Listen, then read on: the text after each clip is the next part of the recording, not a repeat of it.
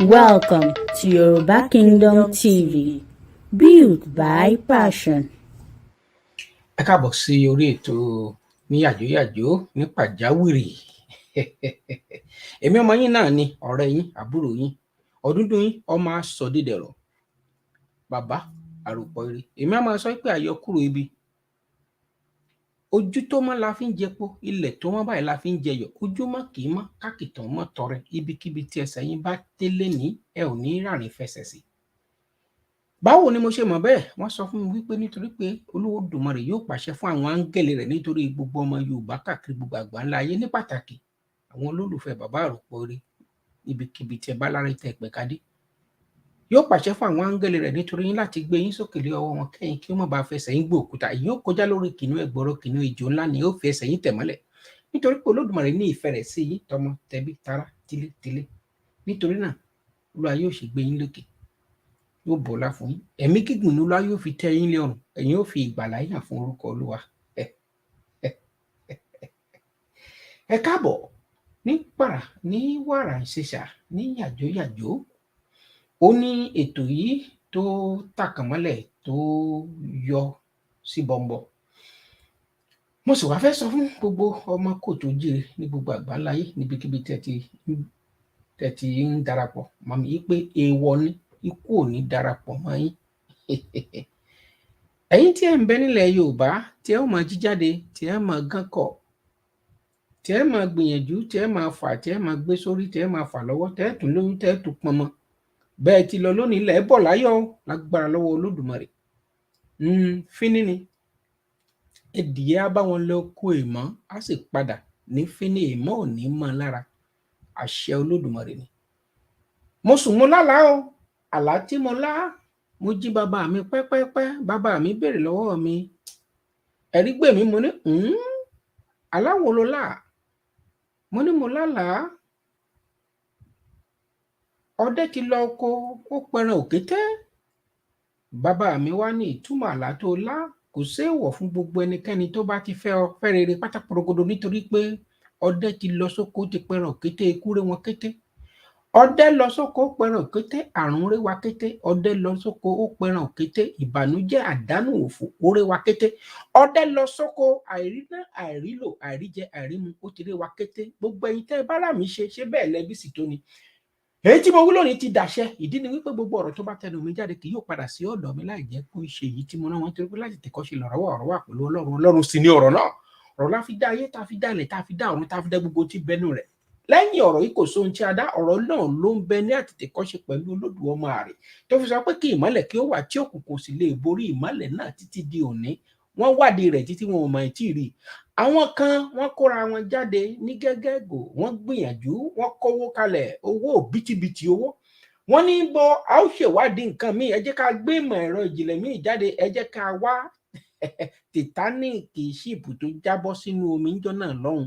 Ẹ má gbàgbé ẹ̀yin ọmọ Yorùbá níbikíbi tẹ́ ti ń gbọ́ mi lówùrọ̀ yìí, lọ́sàn-án yìí, lóru ọ̀gànjọ́ yìí, ibikíbi tẹ́ bá wà, ikú ò ní ká yín mọ́ kọ̀rọ̀ yàrá.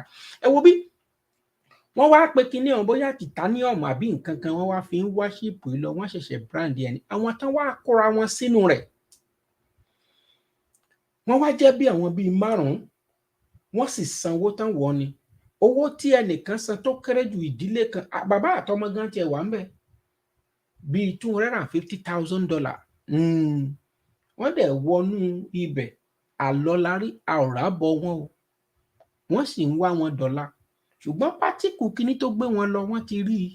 Bó gbiná ni ò, bó laná ni ò, bí ṣáàkì gé jẹ ni ò, bí dáná sọnù omi ló gbé mi ni o. Olódùmarè ló yé. Kí ni mo fẹ́ mú jáde ni wípé nígbà tí Titanic àbí titanium náà, ṣíìpù tí wọ́n ṣe ń jọ́ náà lọ́hùn, tó gbéra nílẹ̀ Gẹ̀ẹ́sì tó ń bọ̀ nílẹ̀ New York ní Amẹ́ríkà níbí, tí gbogbo wọn ń jó tí wọ́n ń yọ̀, èèyàn dúdú ẹyọ kan báyìí ò sínú ẹ̀. Èmi wá pa láṣẹ ni o, níjọ́ tí ebi bá ń pọ̀nà mọ́tò rẹ̀ ò ní ṣiṣẹ́ ńjọ́ náà, yóò sì máa bí ọ́nú pé kí ló ṣe. Mo ti rí bàbá mi Jìnàdù, Wàzírí Jìnàdù, the chief analyzer, ojú ò ní tìyín o, ní tẹjú ilẹ̀ mọ́lẹ̀. Ẹ̀yin èèyàn mi, nǹkan pàtàkì ni mú wá, ó sì jẹ́ yàjóyàjó. Àkọ́kọ́, mo tiẹ̀ ti gbìyànjú, mo ti ṣe fọ́nrán ẹ̀ jáde pé táwọn èèyàn kan jọ̀ọ́ ká máa bá mi ju fọ́nrán náà kán máa bá mi jù jáde, kán máa bá mi jù jáde, kán máa bá mi jù jáde. Kí ló wà nínú fọ́nrán náà? Ẹ jẹ́ kí n tiẹ̀ kúkú ẹ jẹ́ kí n jẹ́ ká gbọ́ báyìí. Ẹ jẹ́ kí n jẹ́ ká gbọ́ fọ́nrán náà, torí mo ti ṣe jáde wípé káwọn èèyàn kán lè gbọ́. Ẹ jẹ́ kí n kúkú ṣé pílè náà pé ẹ jẹ́ n pílè rẹ̀. Ẹ jẹ́ n pílè rẹ̀ ká lè gbọ́. Ẹ ṣe ń ṣe báyìí. Ẹ jẹ́ ká pílè ẹ̀ ń bí. Ẹ gbọ́ dé o. Ìkìlọ̀ ńlá leléyìí o, mo fẹ́ kí gbogbo èèyàn tẹ́ bá ti gbọ́ ìkìlọ̀ yìí, ẹ fi ṣọwọ́ sí ẹbí, ará àti ojúlùmọ̀ yín o. Ìbànújẹ́ ayé ò ní ká wa mọ́. Àmín. Àwọn kan wọ́n ń lo ọgbọ́n wípé kí a wọṣọ ológun. Wọ́n ó wá kanlẹ̀kùn wípé ológun làwọn, kí wọ́n wá gbé alágbájá àbí alátàmọ̀dù wá. Wọ́n ti gbé tó èèyàn tó ń lọ sí bíi 6 báyìí lọ́wọ́lọ́wọ́ tí mò ń bá yín sọ̀rọ̀ yìí. Wọn ò dẹ̀ rí wọn. Bẹ́ẹ̀ bá la sọ́gà ọlọ́pàá bẹ́ẹ̀ lọ sí àgọ́ àwọn ológun tí a mọ̀ sí army, ẹ ò ní rí wọn, wọ́n ní àtọ̀dọ̀ àwọn kọ́. Bàbá wa wà lọ, bàbá wa bọ̀. Bẹ́ẹ̀ náà bá jókòó dáadáa, ẹ rí i pé ọgbọ́n tí wọ́n fi ń ṣe kidnapping leléyìí o. Wọ́n ti ń ta ẹ̀yà ara àwọn èèyàn lówó gọbọi. Mo bẹ̀ yín o. Ẹ ní kàkà ká ẹ gbé mi lọ yẹn, ẹ kúkú pa mí lójú gbogbo ayé, káyé ó rí i pé ẹ̀yin lẹ pa mí o. Ojú lalákàn fi ń ṣọ́rí. Ìkìlọ̀ kejì. Òjò tó máa rọ̀ ní ọdún yìí á ní agbára o. Gbogbo ẹ̀yin tẹ́ ẹ ní ilé tílé yín súnmọ́ bí omi tàbí tí ò tiẹ̀ súnmọ́ omi gan pàápàá, ojú báyìí lalákàn fi ń ṣọ́rí o. Ẹ̀yin tí gọ́tà wọn tó ti dí tàbí tẹ́ ń kó nǹkan sí gọ́tà, ẹ̀yin tẹ́ wà ní area ibi tí gọ́tà wà, tíbi iṣẹ́ yín wà ń bẹ̀, bóyá kiosk yín wà ń bẹ̀, bóyá tẹ́ fi ń tajà, ẹ̀yin náà ń kó ìdọ̀tí sínú gọ́tà yìí. Bẹ́ẹ̀ bá wá lọ lé tó jò abàmì bá rọ̀ mọ́júmọ́, ẹ má wàá sọ wípé kí lọ́lọ́run ṣe fún mi yóò. Ojú lalákàn fi ń ṣọ́rí. Ẹ pé gbogbo àwọn tó wà lágbègbè àtàdúgbò yín, kẹ́ ẹ clear gbogbo àwọn gọ́tà èyí tó wà ní surroundings yín. Òjò yìí máa ní agbára o, ṣùgbọ́n ibi tí omi bá ti forílé ló forílé, tọ́nà bá ti dí á forílé ibi tó bá ti rí ni. Àgbàrá yalé ó ya ṣọ́ọ̀bù, àgbàrá gbẹ̀mí ó kọ́mọ káya lọ, kò ní yalé wa o.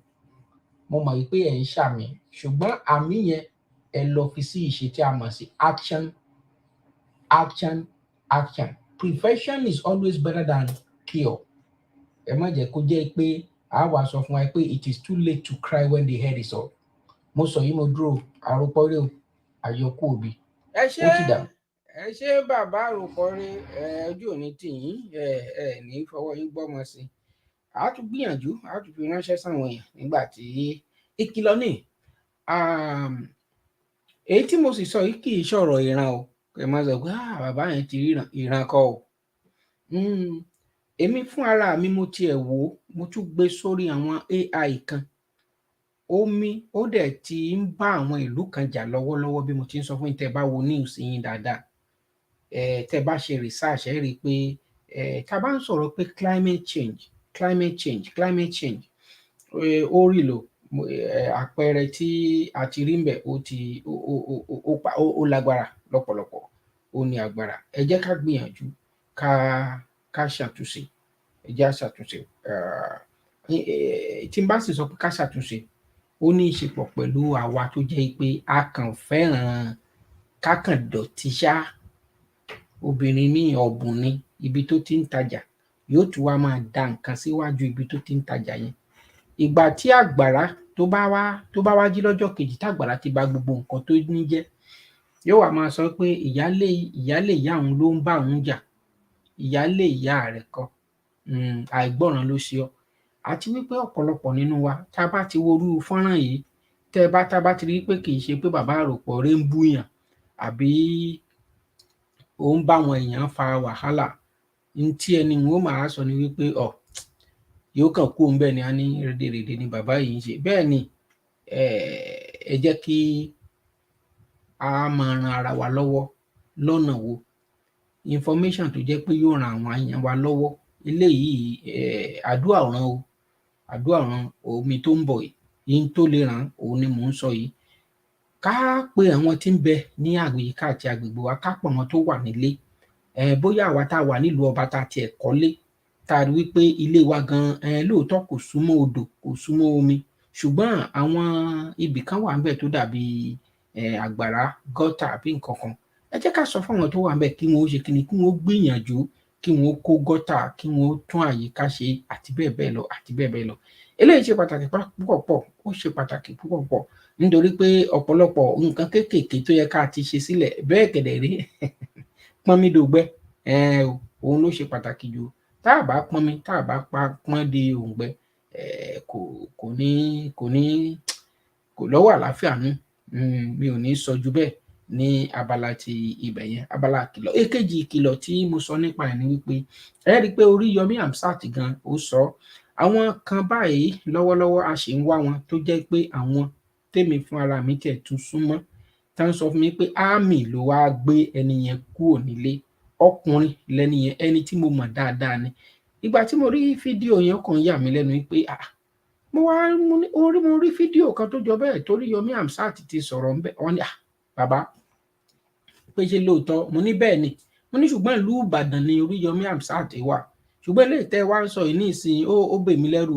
Wọ́n ní ẹ̀sà ó ti délùú Àkúrẹ́ o, ó ti délùú Àkúrẹ́ o. Ẹ jọ̀ọ́ gbogbo àwa ọmọ Yorùbá níbikíbi tí ẹ bá wà, lágbára lọ́wọ́ Olódùmarè ẹ ní tẹ́jú ilẹ̀ mọ́lẹ̀. Ẹ bá mi fi fọ́nrán yín ránṣẹ́ sí ọkùnrin àti obìnrin o, ẹ jẹ́ kí wọ́n gbọ́. Now, bàbá mi Wàsíù bẹ́ẹ̀ ni, Yorùbá nationalism awakening is the order of the day. Yes sir, bẹ́ẹ̀ ni. Ẹ tiẹ̀ kọ́ níbì kan, ẹni wọ́n Yorùbá nation awakening is the fire extinguisher. Ká fi fire extinguisher ká fi pa Gbinrin Ote. Kókó tí mo mú wá lónìí ni Gbinrin Ote. Bá a ti ń pa kan nìkan ń Gbinrin Ote. Tá mọ Yorùbá ẹ̀, tá mọ Yorùbá Gbinrin Ote. Bá a ti ń pa kan òun nìkan ń rú. Ọlọ́run o. Ṣé rí ẹni tí ò bá fẹ́ràn àwọn ọmọ ẹ̀, tí ò fẹ́ràn ìran ẹ̀, tí ò fẹ́ràn ìyàwó ẹ̀, tí ò fẹ́ràn ọkọ ẹ̀, ẹni tí ò fẹ́ràn àwọn ará àti ọ̀rẹ́ àti ẹbí ẹ̀, àwọn tán wà míì tó jẹ́ pé tán wà self-centered, ìmọ̀tara ẹni nìkan, wọn ò ń fẹ́ kí wọ́n máa sòótọ́ ọ̀rọ̀. Ibi tí ìmọ̀tara ẹni nìkan ti bẹ̀rẹ̀ nìyẹn o. Kéèyàn ó sọ òótọ́ kó sojú abẹ́ǹkó, àwọn èèyàn ò fẹ́, wọ́n kórìíra ẹ̀ lọ́pọ̀lọpọ̀. Mo rántí bí mo sì lè gbàgbé láéláé nínú ọ̀rọ̀ ìjàǹgbara fún ilẹ̀ Yorùbá, ọmọkùnrin kan pè wọlé sórí program níjọ́ náà lọ́hùn, nígbà tó ṣì ń gbóná girigiri. Ó ti lọ ọdún 3 báyìí, mo kúkú ní fọ́nrán ẹ̀ lọ́wọ́. Ó náwọn Fúlàní báyìí kàṣá báyìí kàwòdì. Ǹjẹ́ àwọn Fúlàní ti dáwọ́ iṣẹ́ dúró báyìí? Kákí Sunday Adéyẹmọ Aládìkún, ẹ má pa àwọn èèyàn mi mọ́. Àìmọye pító táwọn aráabí ti gbé. Wọ́n yìí gbé kan lẹ́nu lọ́lọ́ yìí, láwọn pító kan gbé wọn lẹ́nu lọ́lọ́ yìí. Mà ṣe o.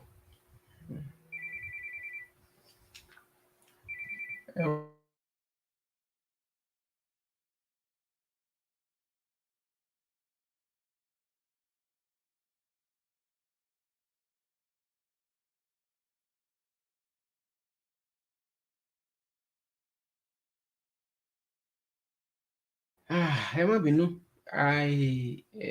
àáfàá sọ̀rọ̀ jókùn, àwọn lára àwọn tí wọ́n sọ pé àwọn àmì wọlé tán gbé àwọn ló ń pè mí yẹn.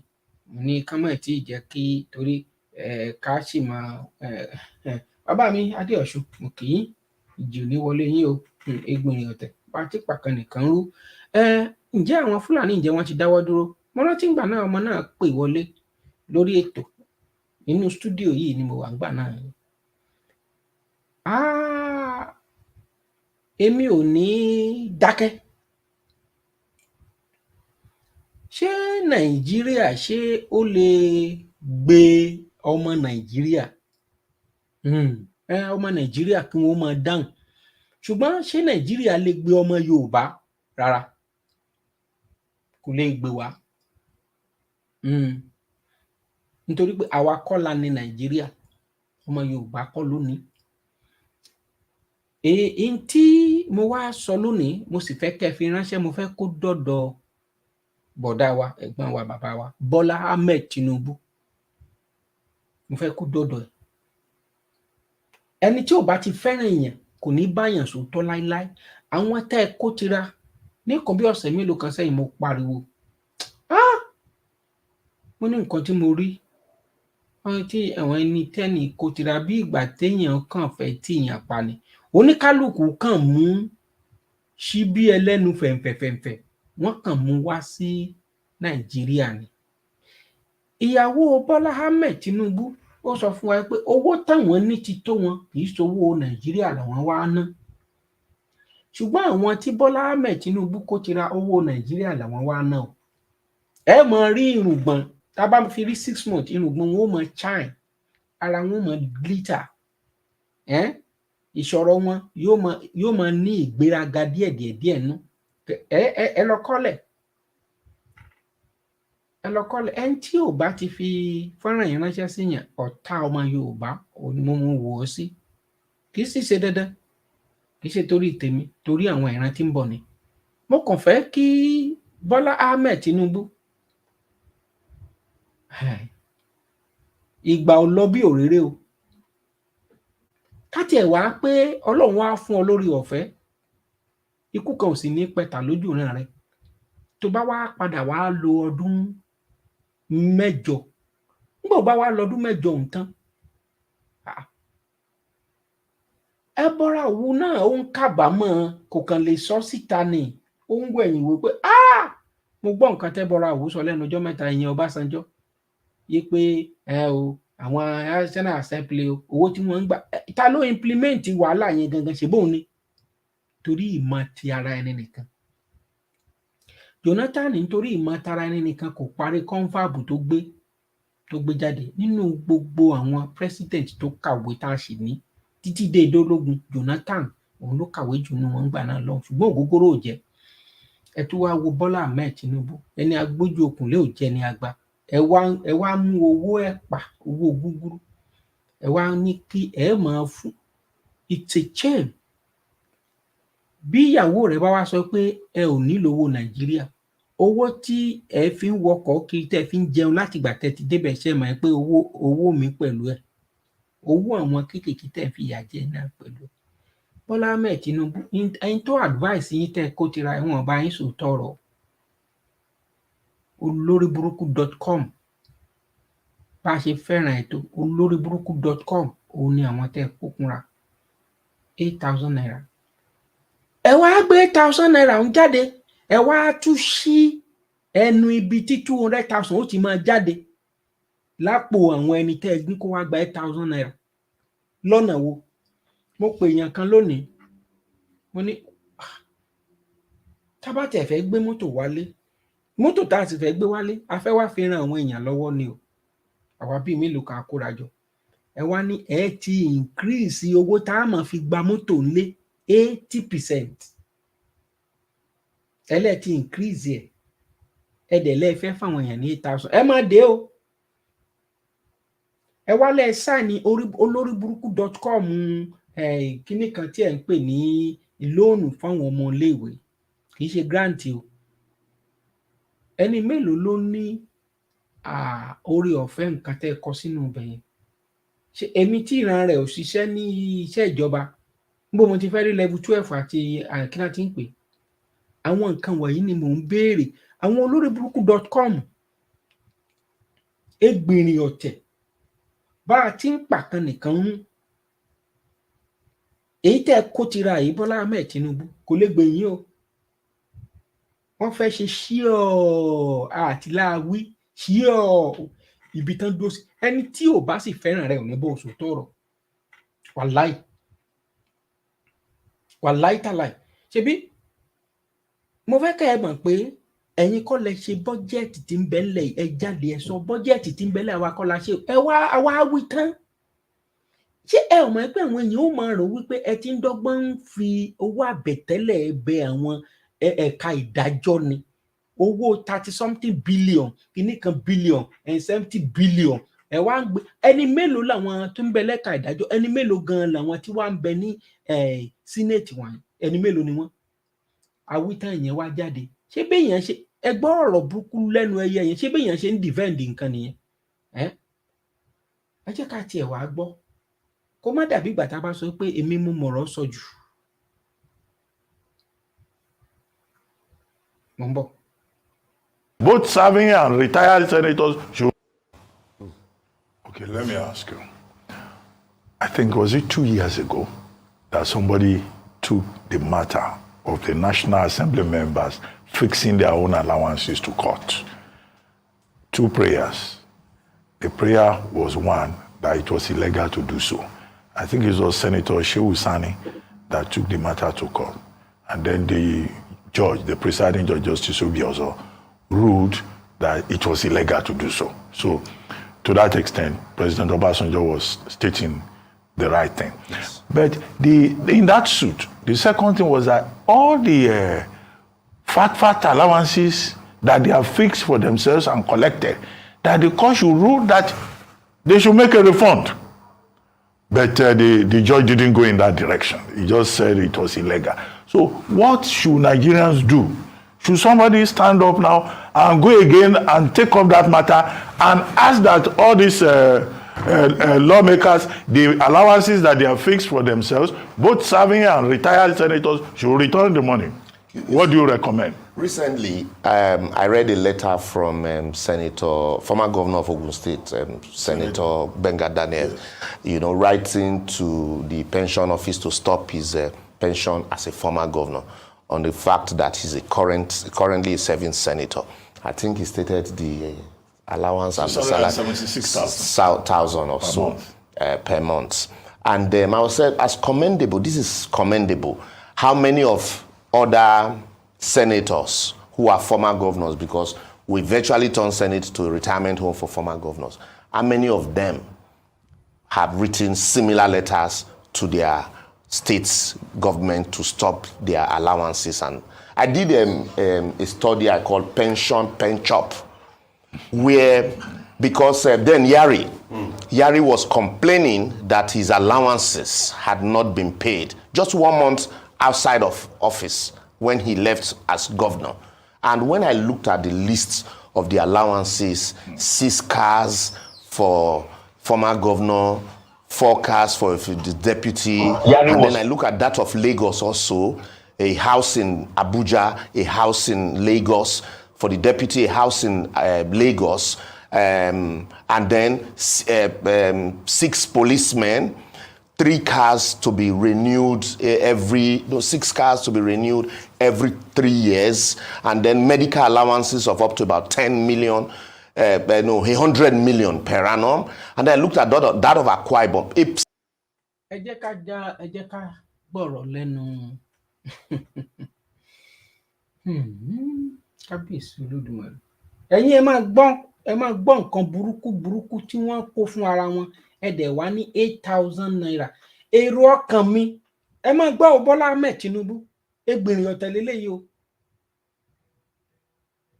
Tandi lání ò da, tandi rèé o. Èló $1 ń gbà Buhari kú ń bẹ̀. Látọjọ́ tá ti bí mi sáyé pẹ̀lú ọjọ́ orí mi ò gbọ́ rínú ìtàn rí wípé owó pound pé ó di 1,000 naira plus rí, ó ti di 1,000 bóyá 660 something naira. Owó dọ́là ti ré 800 kọjá ń lọ sí 1,000 láìpẹ́. àwa ní ká tiẹ̀ wo nǹkan tá a tún lè ṣe fáwọn aráàlú àwọn mélòó kan péré àjọ yí pé ká tiẹ̀ gbé mọ́tò ká gbé wá ká lè fi ràn àwọn èèyàn lọ́wọ́ pẹ̀lú sọ́bsidì ìbànújẹ́ tẹ́ ẹ gbé wá yìí. ní bá sọ pé owó tá ẹ fi gba ọkọ̀ yìí o ó tutù wá 80% ló fi lé oníkálukú wa ní ẹ̀kọ́ ẹjẹ́ ayọwọ́ ẹni bí bá fẹ́ pakú ẹni tí wàhálà bá fẹ́ ṣẹlẹ̀ sí kó máa ṣẹlẹ̀ sí ó ti rẹ àwa ará diaspora báyìí ọ̀ọ́bì. Bọ́lá Ahmed Tinubu ojú yọbọ́ ojú rẹ̀ ò tí ì yọbọ́ ní ìsinyìí o.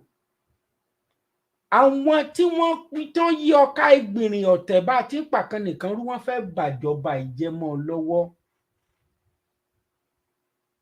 òótọ́ ọ̀rọ̀ mò ń sọ fún ọ Ọlọ́run bá ń gbọ́ gbogbo àwa tá a wá jẹ́ ọmọ Yorùbá tòótọ́ tá a kì í ṣe ọmọ àlè ẹnìkan ní ṣe bẹ́ẹ̀ yín náà lẹ́ pariwo pé ṣe ọ̀rọ̀ Yorùbá nation pẹ̀lú tó gbé Bọ́lá Ahmed Tinubu wọlé bẹ́ẹ̀ mo lè fi gbogbo nǹkan búra ẹni tó dìídì sọ wípé òun ló kàn sẹ́ kíníkan Yorùbá ló kàn orílẹ̀-èdè Yorùbá ó fún ara ẹ̀ sọ ó pòwe ni ó ṣáà ti kàn ọ́ báyìí ṣùgbọ́n ṣé ó wá yẹ ká sọ wípé ọmọ Yorùbá yẹn ká wá torí pé tó ń péjọ ọmọ Yorùbá ká má wàá bá sọ tọrọ láyé èmi ò ní ṣe bẹ́ẹ̀ èmi ò ní ṣe bí àwọn tó yí ká erin ká relé ká wá jọba lọ́pọ̀lọpọ̀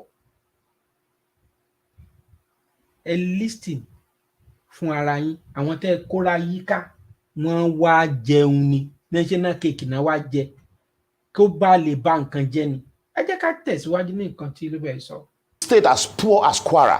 If you look at the pension law for former governors, people that just served the state for 8 years, and look at that of Akwa Ibom. That of Akwa Ibom was passed in less than 13 days before the current Senate president left office. Edo also had a similar pension law for former governors, you know, humongous allowances, and all of these former governors are now in the Senate. And none of them, I've not seen any letter from any of them saying, I'm now a senator, please cease payment of all of these my humongous allowances, policemen, and even if you're going to start a car shop, 6 cars for one person, and then 4 policemen, 1 DSS, one must be a female, of course, for madam. You know, so, and then the problem here is that when you approach the court... For madam, she must not be too pretty. Yes, she must not be too pretty. That's the so that Oga will not... yes, so that Oga will not...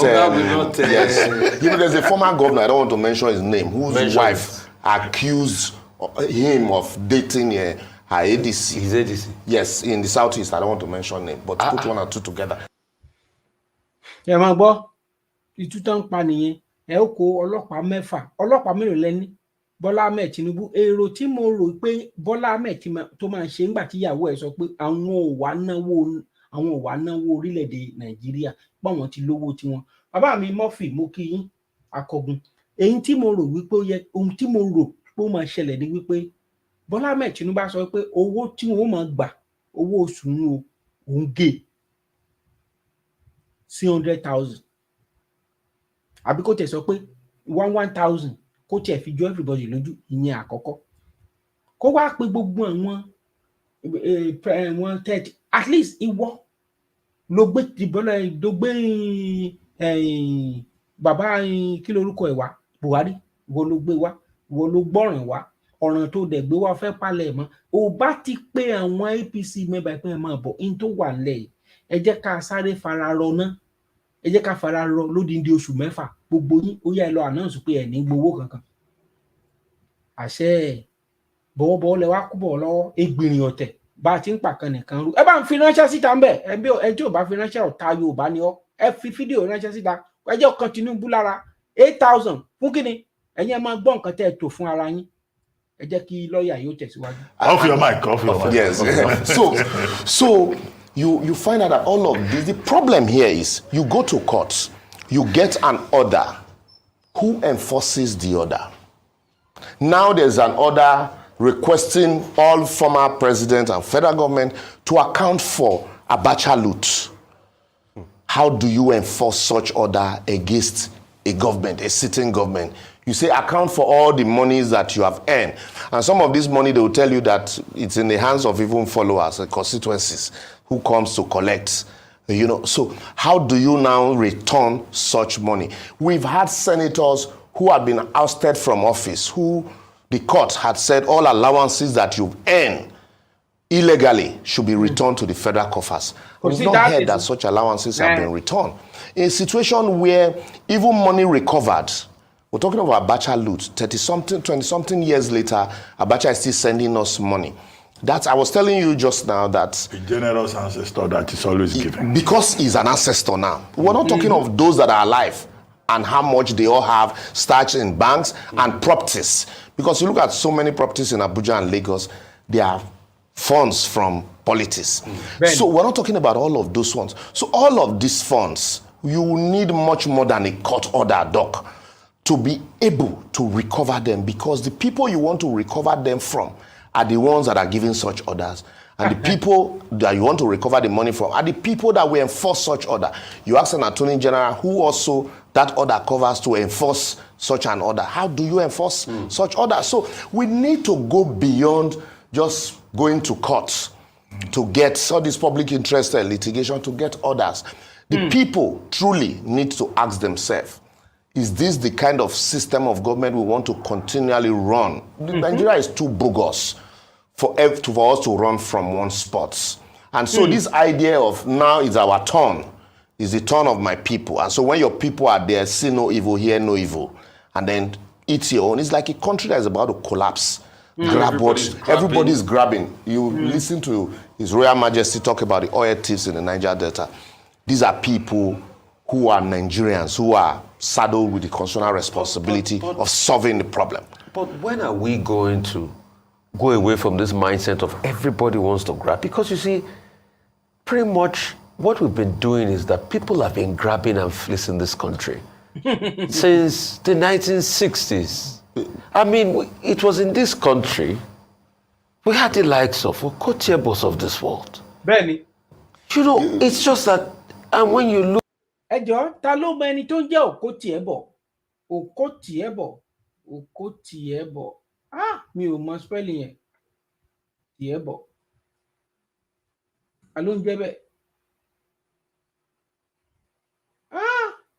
Jẹ́ kí n wò bóyá mo lè ṣáàṣì ẹ̀ o. Okotiebo. Káì. Wọ́n ròyìn ọkùnrin yẹn.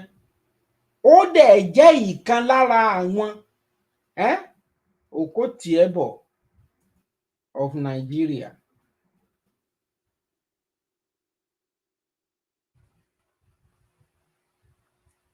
No. Festus Okotiebo. Ṣé òun lélẹ̀? Òun ni Minister of Finance ló jẹ́ ńgbà náà lọ́hùn. Okotiebo. Minister of Finance, chief ni. Òun ni kí lórúkọ Wikipedia ni mò ń wò yìí. Okotiebo. 1912 to 1966. Ní under Tafawa Balewa. Mọ́ nìyẹn owó tó ní láyé yìí tán pè ní Okotiebo. Owó tó ní tó kó ní ayé yìí Olódùmarè nìkan ló lè. Ìjọ́ wo la fẹ́ ṣe gbogbo rubbish yìí dà? Chris kí lorúkọ pastor yìí? Ṣé Chris Okotie lára àwọn iṣẹ́ ọmọ ẹ̀ ní àbí àmọ́ bí yẹn ṣe jẹ́ sí? Irú àwọn nǹkan gádàgàlà wọ̀nyí ìjọ́ wo la fẹ́ ṣe léyìí dà ní Nàìjíríà? Look at it. Ẹ jẹ́ kó kálukú ó máa lọ. TINUBU, devolution of power will help you a lot, because the local government, it is the one that nearest to the people. Rather than all this year, we are taking ourselves to rubbish. One fair rubbish Yoruba ni, because this thing have been destroyed before now. It has been destroyed. Can you imagine?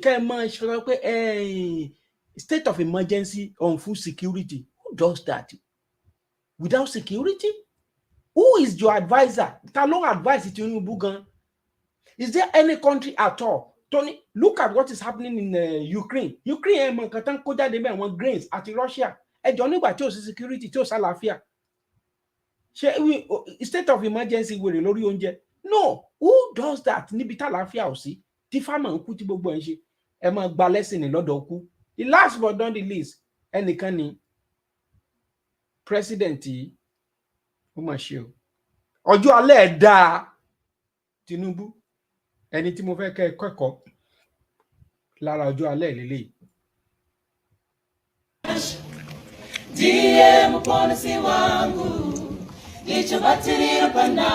This is the vine. This is the vine. 95th birthday for one of the great legends of Africa. Oh yeah.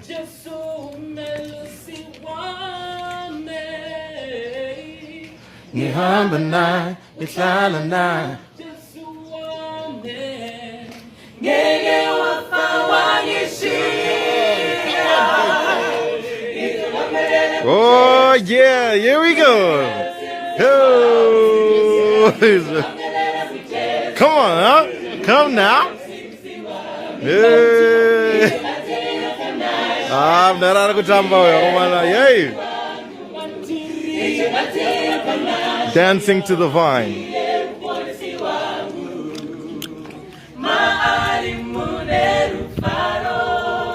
Zingaperi, marimune upenyu,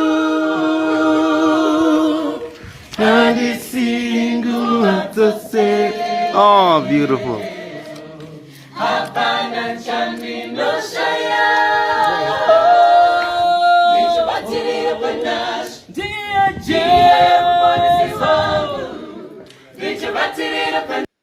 Àwọn èèyàn ń rọ̀gbà yíká lọ́jọ́ alẹ́, inú ẹ̀ dùn, ọkàn ẹ̀ balẹ̀. Ilé tó ti kọ́ bọ́ngálò tó ti kọ́ ńgbà náà lọ́hùn ọ̀nà kọ́ òkó tí ẹ bọ̀dà lónìí níbo ló gbé gbogbo ilé lọ sí Bọ́lá Ahmed Tinubu gbogbo nǹkan tó kó jọ lónìí. Àwọn tó kó yí ọká tó kórí yaka wọ́n ti mọ̀ wípé ìyàwó rẹ̀ sọ pé ẹ̀ ò nílò owó Nàìjíríà ṣùgbọ́n àwọn á wá bàjọba ìjẹmọ́ ọ lọ́wọ́ Gbinrin Ote bá a ti ń pàkan nìkan rú ẹ fi ránṣẹ́ sọ́kùnrin àti obìnrin ọmọdé àti àgbàlagbà. Èmi ọmọ yín Ọ̀dúndún Asọ̀dẹ̀dẹ̀rọ̀ mo wí tèmi o ẹ̀ ń bí n bá fẹ́ràn ẹ̀ máa ń bá wí o. Ẹni tá a bá wí tó bá wá àwọn òkè ọ̀rọ̀ náà sọ pé yóò parun lé òjijì láìsí àtúnṣe. Mo sọ yìí mo dúró náà o mò ń padà bọ̀ ẹnikẹ́ni tó bá sọ pé kí ẹ wá mi kó máa wá òjò tí ẹni tútù bá forí sàpáta òjò náà lẹ́wọ́ ara rẹ̀ òjò náà ló máa bàjẹ́ pátápátá. Èmi ọmọ yín ẹ̀rí gbèmí tí gbogbo ayé ń pè ní bàbá àròpọ̀ rí èmi ti sọ yìí o mo ti sọ pé mo tún wá ṣẹnu mi gbọ́lágún ṣùgbọ́n Hello viewers, if you're watching this channel for the first time, kindly subscribe to our YouTube channel. Also click the notification bell to get prompt news updates of our new posts and live streaming. Don't forget to follow us on Facebook, Twitter and Instagram at YorubaKingdomTV.com. Thanks.